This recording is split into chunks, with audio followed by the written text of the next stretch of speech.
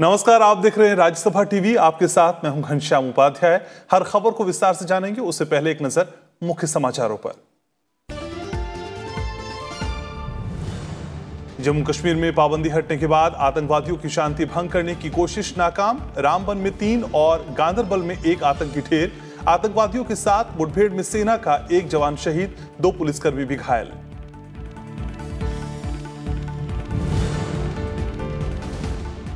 भारत की तटीय क्षेत्र में मुंबई जैसे हमले दोबारा करने वालों के मंसूबे नहीं होंगे पूरे। मुंबई में आईएनएस खंडेरी के नौसेना के बेड़े में शामिल होने के मौके पर बोले रक्षा मंत्री राजनाथ सिंह। कहा, आईएनएस खंडेरी के शामिल होने से नौसेना की ताकत काफी बढ़ी।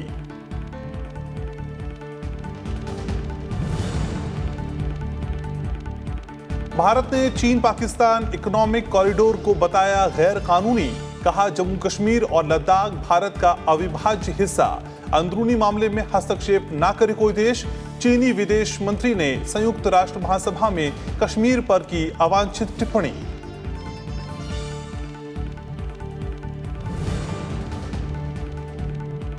पीएसयू कंपनियां 15 अक्टूबर तक सर्विस प्रोवाइडर के बकाये का करे भुगतान। सार्वजनिक उपक्रमों के प्रमुखों के साथ बैठक के बाद वित्त मंत्री का बयान। आर्बिट्रेशन के फैसले के बाद के दावों की समीक्षा का निर्देश।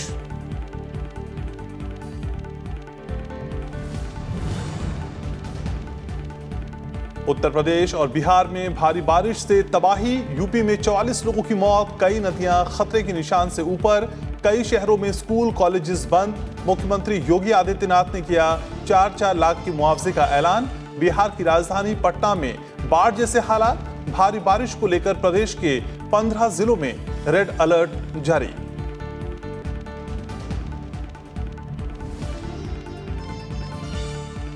और अब खबरों को विस्तार से जानते हैं। जम्मू कश्मीर के रामबन के बटोत इलाके में 6 लोगों को बंधक बनाने वाले 3 आतंकियों को सुरक्षा बलों ने मार गिराया है। इस ऑपरेशन में सेना के 1 जवान शहीद हो गए, जबकि 2 पुलिसकर्मी घायल हो गए। सुरक्षा बलों ने आतंकियों के कब्जे से सभी 6 लोगों को छुड़ा लिया है। घाटी में जबरदस्त घेराबंदी की वजह से बौखलाए आतंकी आज ग्रेनेड अटैक के बाद एक घर में जा घुसे थे। इसके बाद सुरक्षा बलों ने इस घर को घेर रखा था। वहीं गांदरबल में सुरक्षा बलों ने एक आतंकी को मार गिराया है। यहां सर्च ऑपरेशन के दौरान आतंकी फायरिंग कर भागने की कोशिश कर रहे थे। जवाबी फायरिंग में एक आतंकी मारा गया। फिलहाल सर्च ऑपरेशन जारी है। इसके अलावा आतंकियों ने श्रीनगर के डाउनटाउन स्थित सफाकदल मोहल्ले में सीआरपीएफ की एक पेट्रोलिंग टीम पर ग्रेनेड अटैक किया है। हमले के वक्त सीआरपीएफ के जवान गश्त लगा रहे थे। हमले में कोई नुकसान नहीं हुआ है। 3 आतंकवादी मारे गए हैं। जो होस्टेज उन्होंने बनाया हुआ था उसको सुरक्षित बचा लिया गया है। 2 पुलिस वालों को जख्म आया है और 1 फौज के जवान की डेथ हुई है। ऑपरेशन ओवर हो चुका है। जम्मू कश्मीर में हालात पूरी तरह से सामान्य होने के बाद सभी जिलों से पाबंदी हटा ली गई है। प्रशासन ने सभी 105 थाना क्षेत्रों से दिन की पाबंदी हटाने का फैसला लिया है। अब जम्मू कश्मीर में कोई प्रतिबंध नहीं है। जम्मू कश्मीर का विशेष दर्जा खत्म किए जाने के बाद प्रशासन ने लोगों की सुरक्षा के मद्देनजर एहतियात के तौर पर पाबंदी लगाई थी। हालांकि 90% से ज्यादा इलाकों में पहले ही पाबंदी हटा ली गई थी। वहीं हालात सामान्य होने के बाद सरकार ने 15 अक्टूबर से एनआईटी श्रीनगर फिर से खोलने का फैसला किया है। उच्च शिक्षा सचिव और सचिव आर सुब्रमण्यम ने एनआईटी श्रीनगर की दोबारा खोलने की जानकारी दी। जम्मू कश्मीर से अनुच्छेद 370 हटाने से पहले ही 3 अगस्त को एनआईटी कैंपस को बंद कर दिया गया था और दूसरे राज्यों के छात्रों को घर भेज दिया गया था।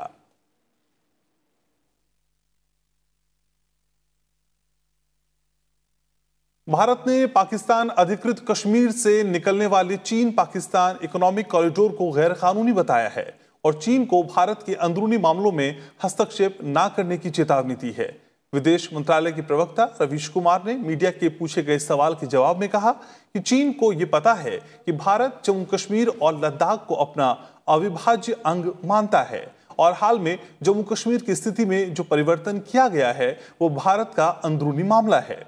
रवीश कुमार ने कहा कि उम्मीद है कि अन्य देश भारत की संप्रभुता और सीमाई अखंडता का सम्मान करेंगे और पाकिस्तान अधिकृत कश्मीर से होकर तथा कथित गैर कानूनी चीन पाकिस्तान इकोनॉमिक कॉरिडोर के नाम पर यथास्थिति को परिवर्तित करने की कोशिशों से बाज आएंगे। गौरतलब है कि चीन के विदेश मंत्री वांग यी ने शुक्रवार को न्यूयॉर्क में अपने देश की तरफ से संयुक्त राष्ट्र महासभा में संबोधन के दौरान जम्मू कश्मीर के बारे में भारत से संबंधित प्रतिकूल टिप्पणी की थी। वो संयुक्त राष्ट्र में चीन के राष्ट्रपति शी जिनपिंग का प्रतिनिधित्व कर रहे थे।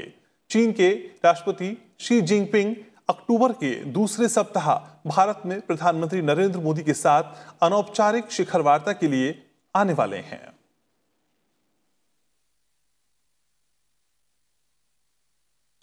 राइट टू रिप्लाई के तहत संयुक्त राष्ट्र में प्रधानमंत्री इमरान खान के भाषण पर भारत ने कड़ी प्रतिक्रिया दी है। भारत ने कहा है कि इमरान खान का भाषण नफरत से भरा हुआ था। उनके भाषण में काफी सारा झूठ शामिल था। यूएन में भारत की प्रथम सचिव विदिशा मैत्रा ने पाकिस्तान को जवाब देते हुए कहा कि पाकिस्तान ने यूएन के मंच का दुरुपयोग किया और गुमराह करने की कोशिश की।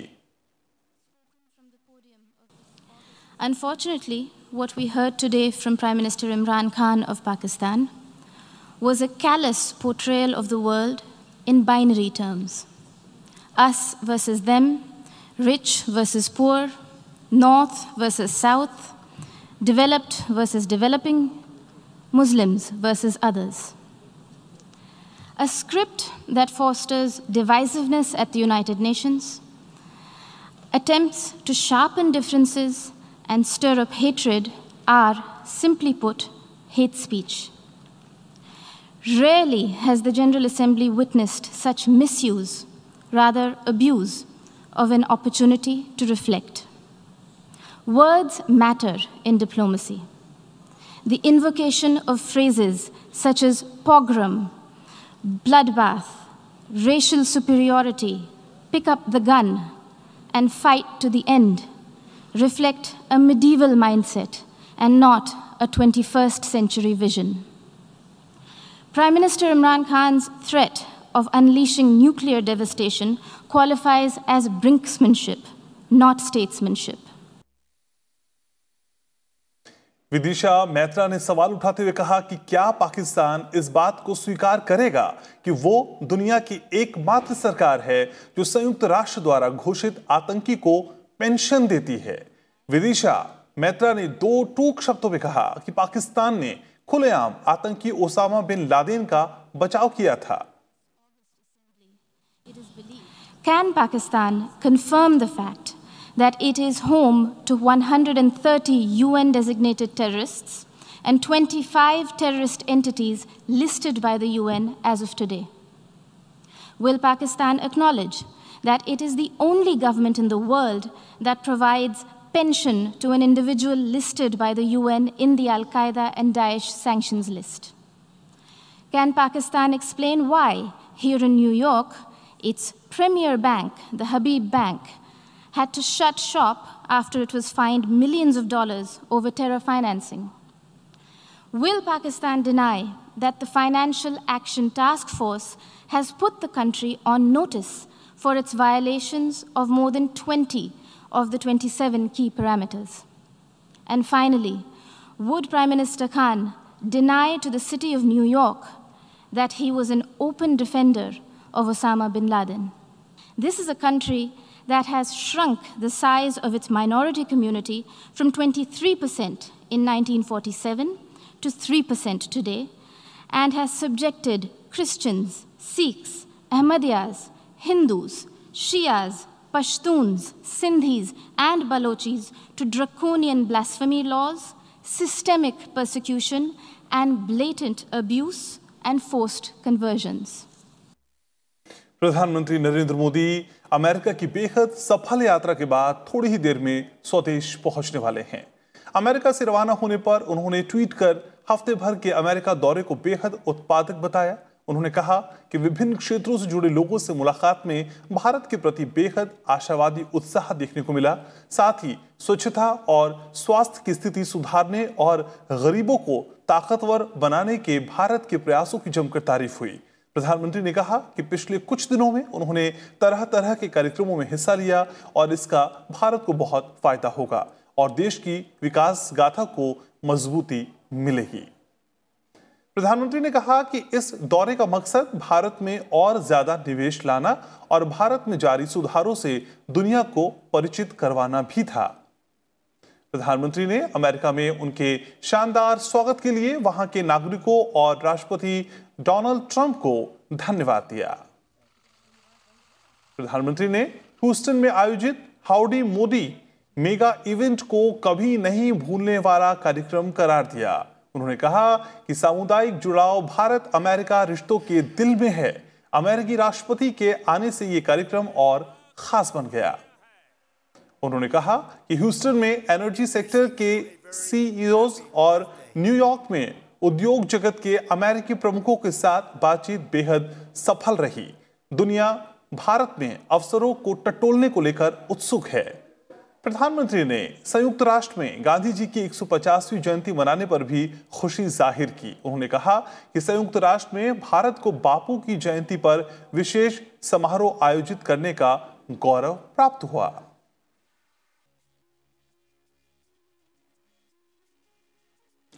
रक्षा मंत्री राजनाथ सिंह ने मुंबई में आज स्कॉर्पियन क्लास की दूसरी पनडुब्बी आईएनएस खंडेरी को नौसेना में कमीशन किया। इस मौके पर रक्षा मंत्री ने कहा कि आईएनएस खंडेरी के शामिल होने से नौसेना की ताकत और बढ़ी है। अब देश में मुंबई जैसे हमले दोबारा करना संभव नहीं है। इसके अलावा मुंबई में P-17A सीरीज का पहला युद्धपोत आईएनएस नीलगिरी को भी लॉन्च किया गया। आईएनएस खंडेरी भारतीय नौसेना के बेड़े में शामिल हो गई है। मुंबई में एक समारोह में रक्षा मंत्री राजनाथ सिंह ने आईएनएस खंडेरी पनडुब्बी को नौसेना को सौंपा। इस मौके पर रक्षा मंत्री ने कहा कि कुछ ऐसी ताकतें हैं जो भारत के तटीय क्षेत्र में मुंबई जैसे हमले दोबारा करना चाहती हैं, लेकिन उनके मंसूबे पूरे नहीं होने दिए जाएंगे। सच्चाई तो यह है कि भारतीय नौसेना इंडियन ओशन रीजन के सभी छोटे बड़े देशों में भरोसा और परस्पर विश्वास पैदा करना चाहती है, मगर कुछ ऐसी ताकतें हैं जिनकी हसरतें नापाक हैं। वे साजिश रच रहे हैं कि समुद्र के रास्ते मुंबई के 26/11 जैसा एक और स्पेकुलेटेड अटैक भारत के इस कोस्टल एरिया में वह कर सकें, लेकिन उनके इरादे किसी भी सूरत में कामयाब नहीं होंगे। राजनाथ सिंह ने कहा कि पाकिस्तान को यह समझ लेना चाहिए कि भारतीय नौसेना आईएनएस खंडेरी के शामिल होने के बाद पहले से ज्यादा मजबूत हुई है। भारत जरूरत पड़ने पर दुश्मन पर करारा प्रहार करने में सक्षम है।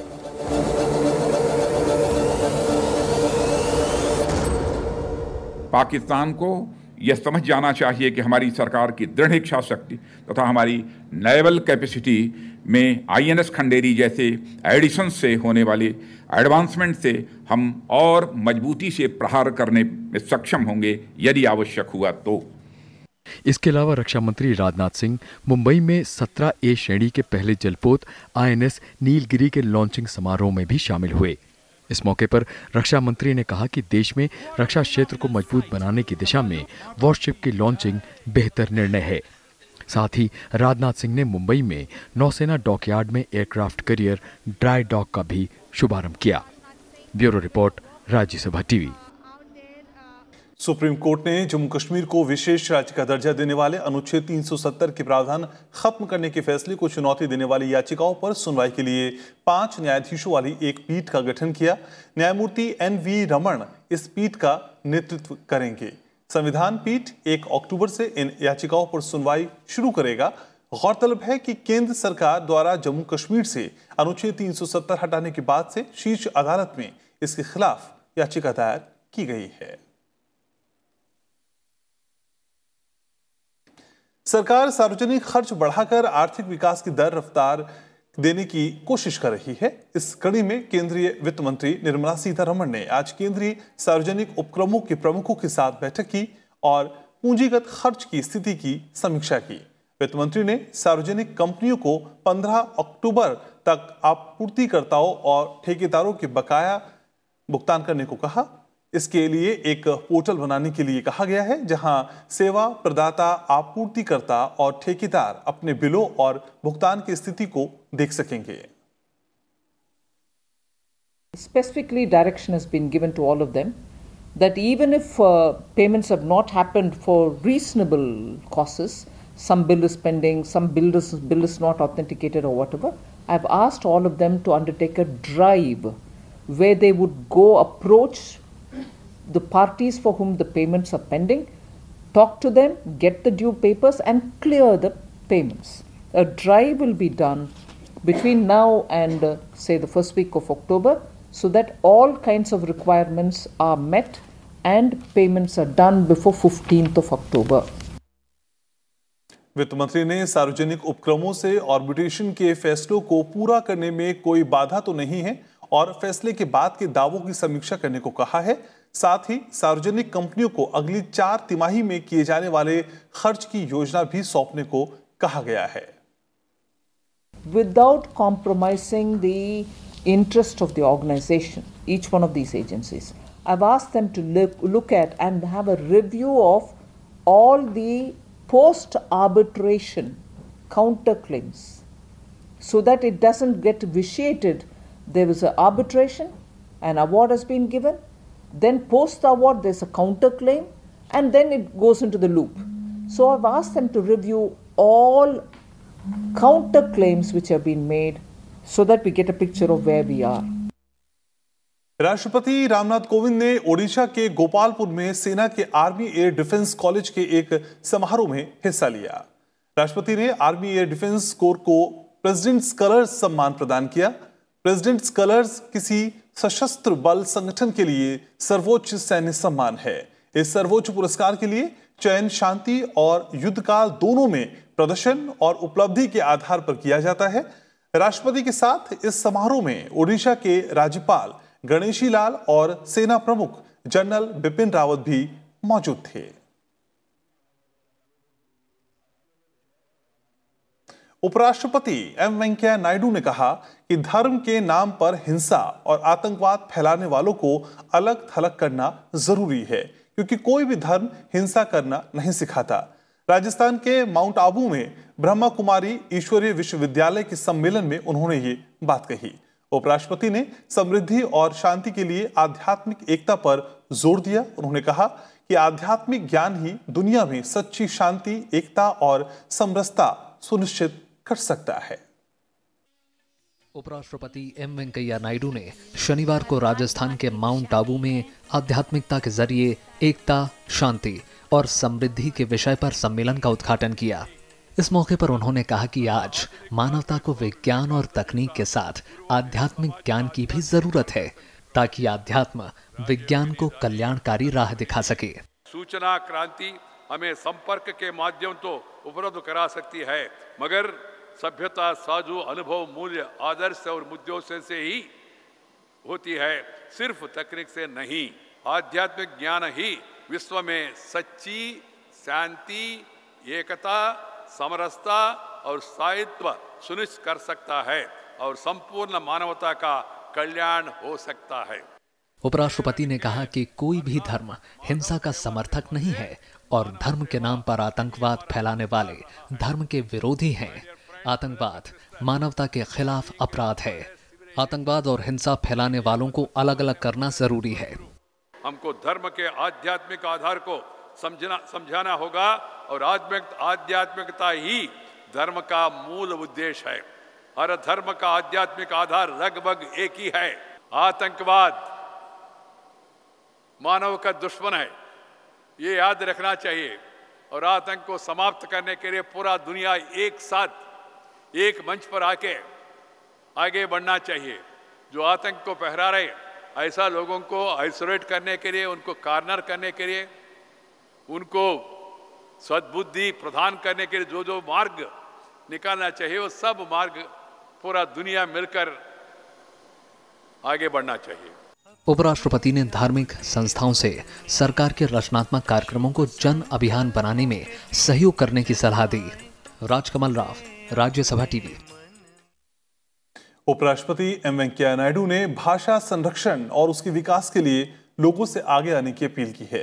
दिल्ली में उपराष्ट्रपति के आवास पर हुए के बिरला फाउंडेशन की ओर से आयोजित 28वें सरस्वती सम्मान समारोह में एम वेंकैया नायडू ने कहा कि भाषा को संरक्षित करने का काम सिर्फ सरकार का नहीं है, इसके लिए लोगों को भी आगे आना होगा। उपराष्ट्रपति ने कहा कि भाषा एक संस्कृति की जीवन रेखा है। हमें भाषाओं के संरक्षण, प्रचार और प्रसार के लिए हर संभव प्रयास करना चाहिए और इसे बचाने के लिए आंदोलन चलाना चाहिए।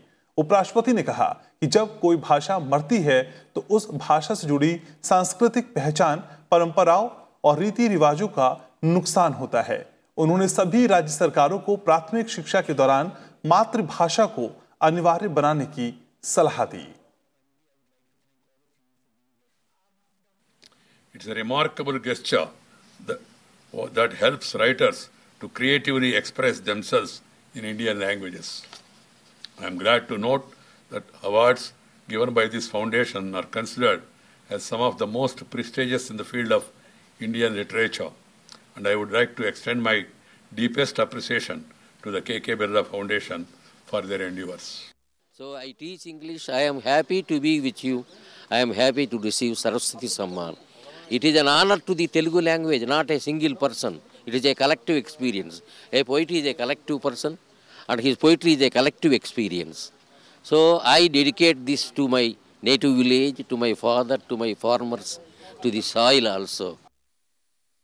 भारतीय जनता पार्टी के राष्ट्रीय कार्यकारी अध्यक्ष जेपी नड्डा ने पश्चिम बंगाल सरकार पर निशाना साधा है। कोलकाता दौरे पर पहुंचे जेपी नड्डा ने कहा कि पश्चिम बंगाल में जंगल राज है।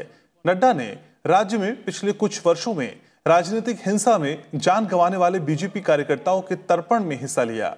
उन्होंने कहा कि विभिन्न भागों में हुई हिंसा में मारे गए बीजेपी कार्यकर्ताओं के परिवार के सदस्यों को न्याय नहीं मिल रहा है। नड्डा ने कहा कि बंगाल में लगभग 3000 लोगों को पंचायत चुनाव के बाद अपने घर छोड़कर बाहर शरण लेनी पड़ी। इनमें से आज भी कई सौ लोग परिवार के पास वापस नहीं आ सके हैं। नड्डा ने पश्चिम बंगाल के मुख्यमंत्री पर आरोप लगाते हुए कहा कि ममता बनर्जी के पास हिंसा के अलावा बंगाल में लोगों को देने के लिए कोई विजन नहीं है। जंगल राज की सरकार, ममता जी की सरकार कानून व्यवस्था भी नहीं रख रही और न ही कोई जुडिशियल रेमेडी कर रही है। उनके साथ न्याय भी नहीं हो रहा है। अभी मैं एक एक से उनके परिवार वालजनों से मिल रहा था। आपने देखा होगा क्या परिस्थिति ला करके खड़ी कर दी। वो न्याय मांग रहे हैं, उनको न्याय भी नहीं मिल रहा। चुनाव आयोग ने कर्नाटक में विधानसभा की 15 सीटों पर उपचुनाव के लिए नई तारीखों की घोषणा कर दी है। इन सीटों पर उपचुनाव के लिए 5 दिसंबर को मतदान और 9 दिसंबर को मतगणना होगी। आयोग ने राज्य विधानसभा की सदस्यता से अयोग्य ठहराए गए 17 विधायकों की सुप्रीम कोर्ट में लंबित याचिका पर सुनवाई का हवाला देते हुए कहा कि परिवर्तित उपचुनाव कार्यक्रम के तहत 11 नवंबर को नामांकन की प्रक्रिया शुरू होगी। इस मामले में सुप्रीम कोर्ट में 22 अक्टूबर को सुनवाई होगी। परिवर्तित उपचुनाव कार्यक्रम के मुताबिक नामांकन वापसी की अंतिम तिथि 21 नवंबर होगी। नामांकन पत्रों की जांच 19 नवंबर को की जाएगी। इसके बाद 5 दिसंबर को मतदान और 9 दिसंबर को मतगणना के बाद 11 दिसंबर तक उपचुनाव प्रक्रिया को पूरा कर लिया जाएगा। कांग्रेस ने असम, पुडुचेरी और छत्तीसगढ़ उपचुनाव के लिए अपने उम्मीदवारों की सूची जारी कर दी है। पार्टी ने पुडुचेरी की कामराज नगर विधानसभा सीट के लिए जॉन कुमार को उम्मीदवार बनाया है। असम की रतनबाड़ी सीट से केशव प्रजाग, जनिया से शमशुल हक, रंगापाड़ा से कार्तिक कुर्मी और सोनारी से सुशील सूरी को अपना प्रत्याशी घोषित किया है। वहीं छत्तीसगढ़ की चित्रकूट सीट से राजमन बेंजम को मैदान में उतारा गया है। यूपी से लेकर बिहार तक भारी बारिश ने तबाही मचाई हुई है। यूपी में जहां बारिश से अलग अलग हादसों में 44 लोगों की जान चली गई, वहीं बिहार में भी बारिश ने भारी तबाही मचाई है। बिहार में भारी बारिश के बाद सड़क से लेकर घरों तक पानी भर गया है। सड़कें जलमग्न हो गई हैं, रेलवे ट्रैक डूब चुके हैं। राजधानी पटना में बाढ़ जैसे हालात पैदा हो गए हैं। मौसम विभाग ने अगले 1-2 दिनों में भारी बारिश को लेकर प्रदेश के 15 जिलों में रेड अलर्ट जारी किया है। भारी बारिश की संभावना को देखते हुए नीतीश सरकार ने पटना और भागलपुर समेत अधिकांश जिलों में स्कूलों को बंद कर दिया है। पटना में कई अस्पतालों में भी पानी घुस गया है। यहां वार्ड और आईसीयू पानी में डूब चुके हैं। डॉक्टर्स पानी के बीच मरीजों का इलाज कर रहे हैं। यूपी के कई जिलों में भी बारिश ने कहर बरपा रखा है। बारिश की वजह से कई इलाके जलमग्न हो गए हैं। वाराणसी से लेकर अयोध्या तक भारी बारिश की वजह से यातायात प्रभावित हुआ है। कई नदियां खतरे के निशान से ऊपर बह रही हैं। यूपी में बारिश की वजह से हुए हादसों में मरने वालों की संख्या 44 तक पहुंच गई है। सीएम ने मृतकों के परिवार वालों को 4-4 लाख रुपए मुआवजे का ऐलान किया है। अधिकारियों के मुताबिक आज भी पूर्वी यूपी के कई इलाकों में भारी बारिश का अनुमान है। मौसम विभाग का पूर्वानुमान जो हमारे पास आया हुआ है, आज का दिन भी पूर्वी यूपी में काफ़ी जगह बारिश का रहेगा और पश्चिमी यूपी में रिलेटिवली कम रहेगा। गाज़ीपुर और बलिया में गंगा नदी जो कि 0.135 1.535 रिस्पेक्टिवली ये खतरे से निशान से ऊपर थी, लेकिन इनका ट्रेंड दोनों का घटने का था। और एक क्वानो नदी है जो कि गोंडा में है, वो भी खतरे के निशान से 0.15 मीटर ऊपर चल रही है। इसमें ट्रेंड बढ़ने का है। रविवार से पवित्र शारदीय नवरात्रों की शुरुआत हो रही है। 29 सितंबर से शुरू हो रहे नवरात्रों की तैयारियां सभी मंदिरों में पूरी हो चुकी हैं। दिल्ली में सभी मंदिरों को विशेष तौर पर सजाया गया है, चाहे वो झंडेवालान मंदिर हो या कालकाजी मंदिर या छतरपुर मंदिर। साथ ही मूर्तियों को भी आकर्षक तरीके से सजाया गया है। झंडेवालान मंदिर में चिकित्सा व्यवस्था के भी निःशुल्क इंतजाम किए गए हैं। 9 दिन तक चलने वाले नवरात्र का ये पवित्र पर्व 7 अक्टूबर तक चलेगा। हमारे सुरक्षा के सेवादार हैं, जिनके पास सबके पास वॉकी टॉकी होता है। वो पूरे क्षेत्र में घूमते रहते हैं। किसी भी अप्रिय घटना का कोई अगर हो या किसी प्रकार की भी सूचना हो, वो तुरंत कंट्रोल रूम में देते हैं। 4 हमारी डिस्पेंसरियां चलती हैं। 2 एम्बुलेंस हमेशा यहाँ तैयार रहती हैं। इस नवरात्र का महत्व सबसे बड़ा ये है कि ये नवरात्र जो है त्रेता युग से चला आ रहा है। इस नवरात्र को सर्वप्रथम भगवान श्री राम ने रामेश्वरम में समुद्र के किनारे माँ भगवती की आराधना करते हुए किया था, लंका पर विजय प्राप्त करने के लिए, और उससे उनको विजय प्राप्त हुई भी। और उसी सिलसिले में जो है दशहरा आता है, भगवान ने रावण का वध किया। फिलहाल इस बुलेटिन में इतना ही। आगे देखिए हमारा खास कार्यक्रम अर्थनीति।